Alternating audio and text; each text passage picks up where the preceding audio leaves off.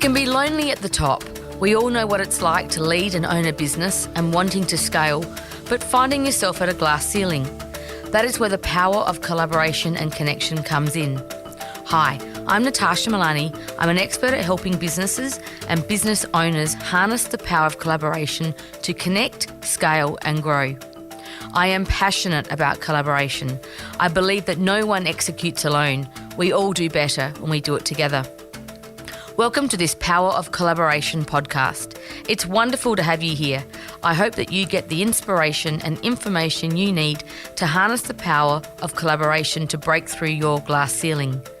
Today, we are talking to Clare Mockler, who is the newly appointed CEO of the City of Adelaide Local Government Council. Welcome, Clare. Thank you for having me here, Natasha. Now, first of all, Clare, congratulations on your new appointment as the CEO of the City of Adelaide. I know you've been acting in the role for some time now and Deputy CEO, but wanted to start by a warmest congratulations to you. Must be very exciting. Thank you. Yes, it is. I've worked in the organisation for nearly 20 years, so to now, at long last, have the opportunity to really shape what's next, it's really exciting. Well, that's a great segue into getting a bit of background about Clare Mockler. So just share a little bit about your background, Clare. As I just said, Natasha, I started in the organisation nearly 20 years ago, and I've worked in various different parts of the organisation over many years. And the beauty of local government is that it's so diverse. So if you want a career that gives you an opportunity to try out new things and learn new skills, then local government's a really good place to be. So I've worked in, as I said, many different parts of the business, and yes, I'm now the CE at the city. And that's a great plug for local government, really, because you're right, there's so many, the diversity of local government offers so many opportunities. Normally in this podcast, Clare, we interview business owners and chief executives who are in private sector, but I acknowledge that the City of Adelaide is a business in its own right, within government, and it's quite diverse, as I mentioned. Can you just share an insight into what it's like leading an organisation like the City Council? Well, you're spot on. It is really diverse. So we have our own commercial businesses that we run at profit. So things like our U-Park, our golf links, our aquatic centre. And then we also obviously deliver a whole range of different community services to the people that live, work and play in the city. So things like libraries, community centres, manage open space. We also have a very large strategic property arm. So many people don't realise that the City of Adelaide is a massive landowner in its own right. And so over the last few years, things, the council's been able to do are really shape what the city looks like. So buying the old LeCornu site at 88 O'Connell Street a few years ago. And very familiar with that project. Thought you might remember that one. But, a symbol of the lack of progress that many say that the city can sometimes suffer from. It's been a really interesting experience to be able to be part of a couple of different councils who have had the foresight to be able to use their strategic property holdings really smartly and invest in these sites where we know that redevelopment's needed. So we are really diverse. We look after the parklands. We've got an amazing horticulture team that looks after those open spaces beautifully. We have roads, we have footpaths, we have lighting. All of these assets we need to maintain and look after. And as I said earlier, we're also a community service as well. So making sure that, more vulnerable residents in the city are looked after and cared for. We're really broad in terms of what we have responsibility for. And you've got marketing and all those other sort of financial, all those sort of softer business skills that you need to run a business, which I'm going to delve into a bit more. Just for those of you that don't know my specific background in relation to the city, I know that 88 O'Connell Street project so well because as an elected member for 8 years for the City of Adelaide, I was instrumental in driving that acquisition, and it's the legacy I'm most proud of leaving my tenure as an elected member. So just thought I'd share that with everyone.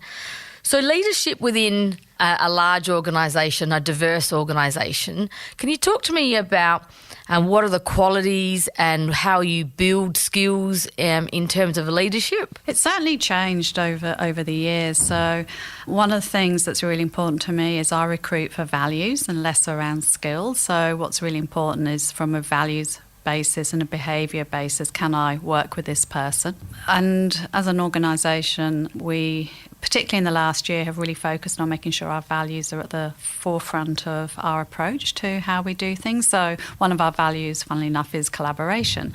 And so what we do as senior leaders is talk quite openly and transparently with our people around, if I, say that collaboration is really important to me, here's what you will see. So, and then we ask our people to hold us to account. And if they don't see the behaviours that we've said that we will live up to, then please do call it out and share it with us. Leadership at the city has, really focused around the values. But from a skills perspective, we also are really fortunate in that we make sure that every staff member has a, personal development plan. And as I said earlier, because we are diverse, it's really, it's a much easier sort of proposition to be able to attract people into the organisation because they can see that there's opportunity for growth. They can see that, they might be running a customer centre, but if they're really interested in, a different part of the organisation, then there's opportunity to be able to grow and develop within the organisation. And of course, 20 years, I didn't start in a senior leadership role at the city. I started just in parking administration in the old regulatory services team.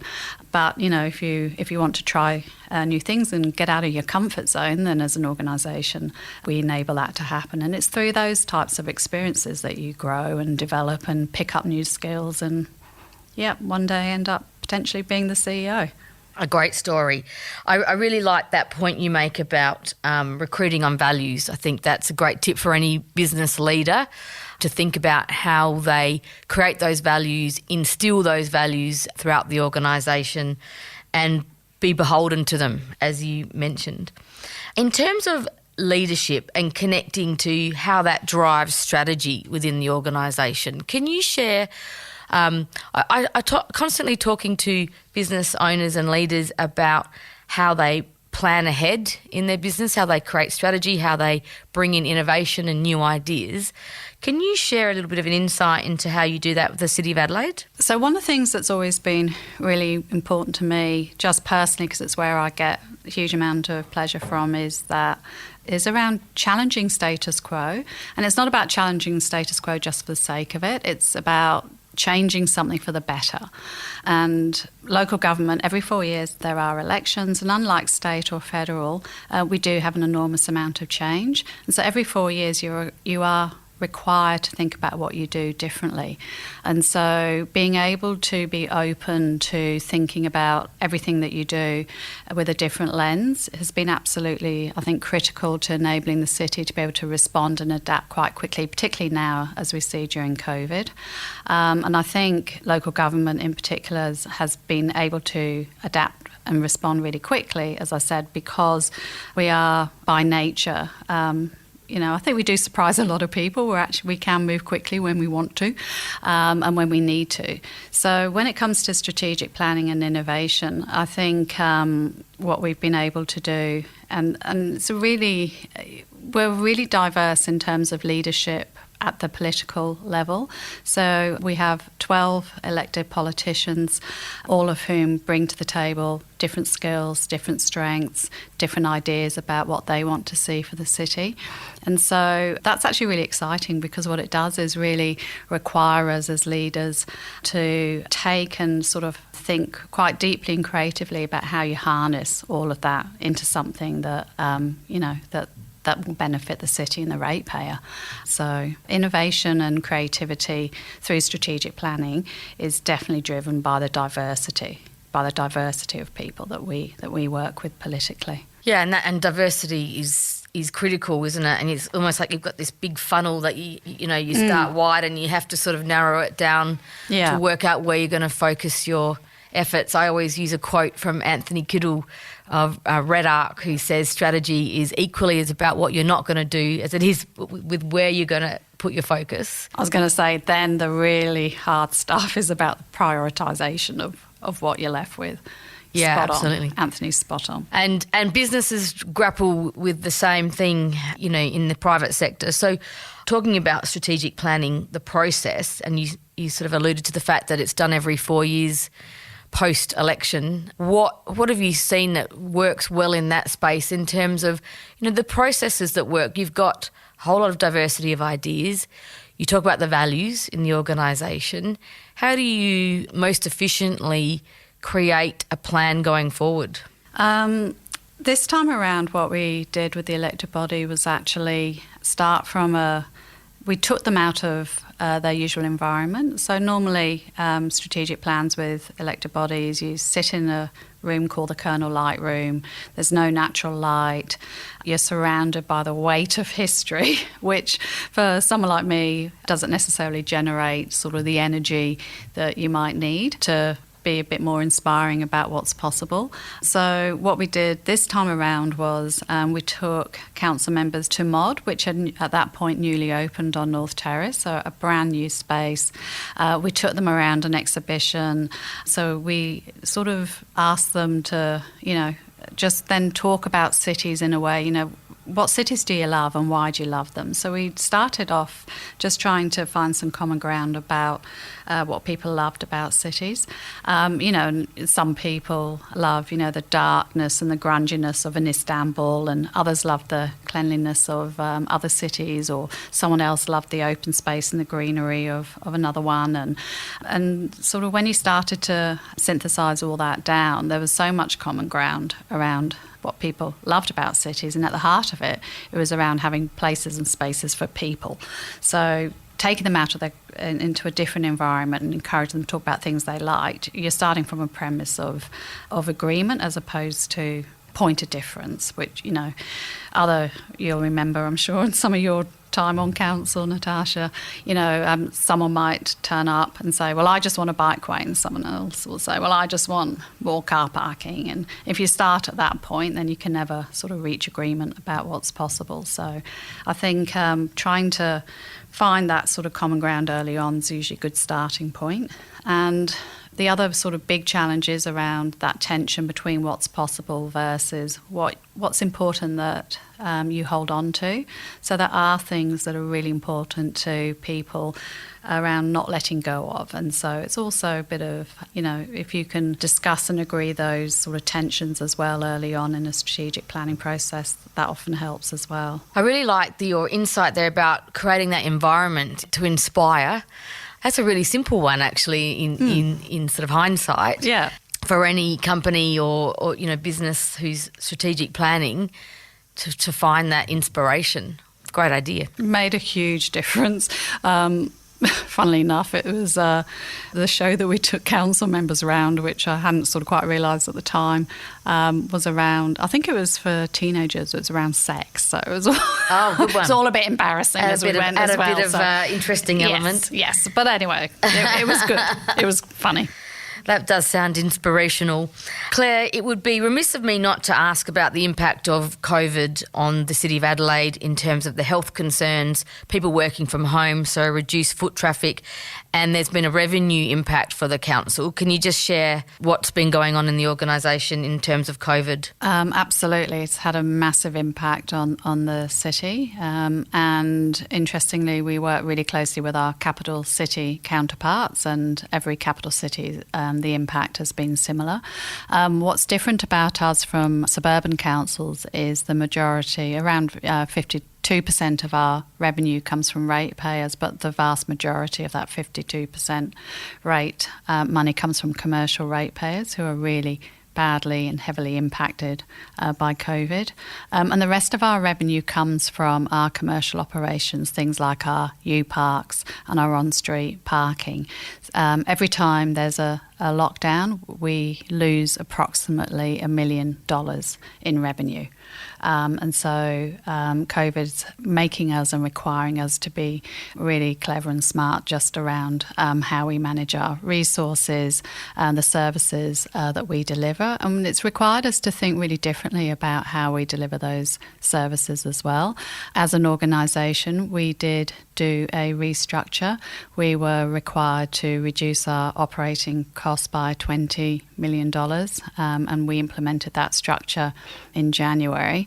And so, like any other organisation, we've had to think really differently about what we do and manage that revenue shortfall. But on the other side, what it has allowed us to do is be much more bold in terms of how we address some of those concerns. And it's also required us to be a lot more innovative and targeted in where we provide support. Like many businesses, innovative, be targeted, be efficient. So thank you for sharing that. The city needs people. What does work from home mean for the city? It's a real challenge. So we're partnering with state government. You might have heard around FOMO Fridays, Hit the Town, Go to Town. These campaigns are really important to encourage people to come back into the city. One thing that has been really clear to us is the one thing that the city offers that the suburban areas don't is that you can have really great experiences here.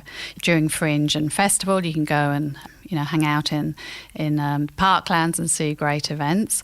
And so making sure that those types of things are still on offer is going to be, I think, the point of difference for the city, and it will encourage people to come back. People are hungry to be able to go and experience an event or a show, and the city does that brilliantly. So playing to our strengths around that is, I believe, the way that we'll continue to grow. There are so many great strengths. You remind me of my my campaign slogan, creating a city to live, work and play. It's really important to get those people into the CBD. Now let's move on to collaboration, my topic that I'm passionate about and the theme of this podcast. It's really important, I always found, for council when I was there, to collaborate with a whole range of different stakeholders, federal government, state government and industry. So I'll get you to talk about collaboration in general, but I want to hone in more on the collaboration with industry. I'm sure some of the listeners of this podcast might be interested from their own opportunities from a business perspective. Talk to me about, you said it's a value in the council, collaboration. How does it play out? Really good question. We actually, by necessity, as you've described, need to collaborate really broadly and deeply. And people always find that it can sometimes get hard when the outcome is quite clear, but the two sides of the collaborative arm aren't necessarily being able to find that common ground. Really, really good example where we work closely with industry to try and get a great outcome was around mobile food vans. This was hugely divisive a few years ago. What we found internally was that the staff that were leading the programme had sort of shifted from, the sort of public servant mindset to becoming real advocates for the vendors of these mobile food vans, and sort of had gone down this path of advocacy internally. And what it meant was the industry groups who had responsibility for the bricks and mortar businesses weren't, getting listened to. So what I did when that challenge was thrown at me was take it away from the expert and the advocate internally, give it to someone who I knew was just a really good collaborator, someone who was brilliant at policy, and ask them to work on developing a policy with industry and with ratepayers and with the sector, the mobile food van sector, to come up with some guidelines and policy that could enable everyone to be happy. And so it was just around the outcome, everyone was clear, was, being able to allow mobile food vans to operate, but making sure that the person internally who was leading that didn't necessarily have that vested interest. And then working with industry to make sure that the right voices were in the room. Often I find that there's poor outcomes or industry that's, really hasn't been worked with or listened to, it's often because we've approached it from a advocacy perspective internally as opposed to outcome. So it's just keeping an eye on things like that and making sure you've got the right people with the right skill set leading it. Interesting. That's an interesting insight.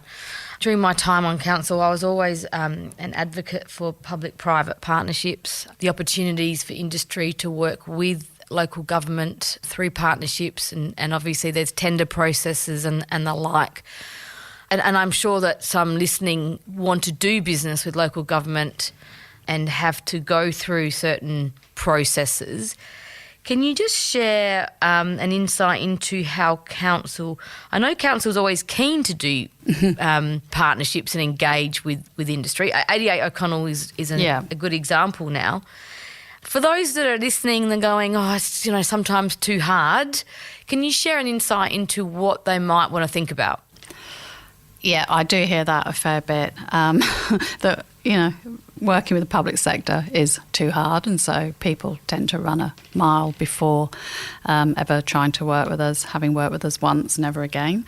I think we have some really good examples of where we have worked with private sector to do things that at the time people said weren't possible.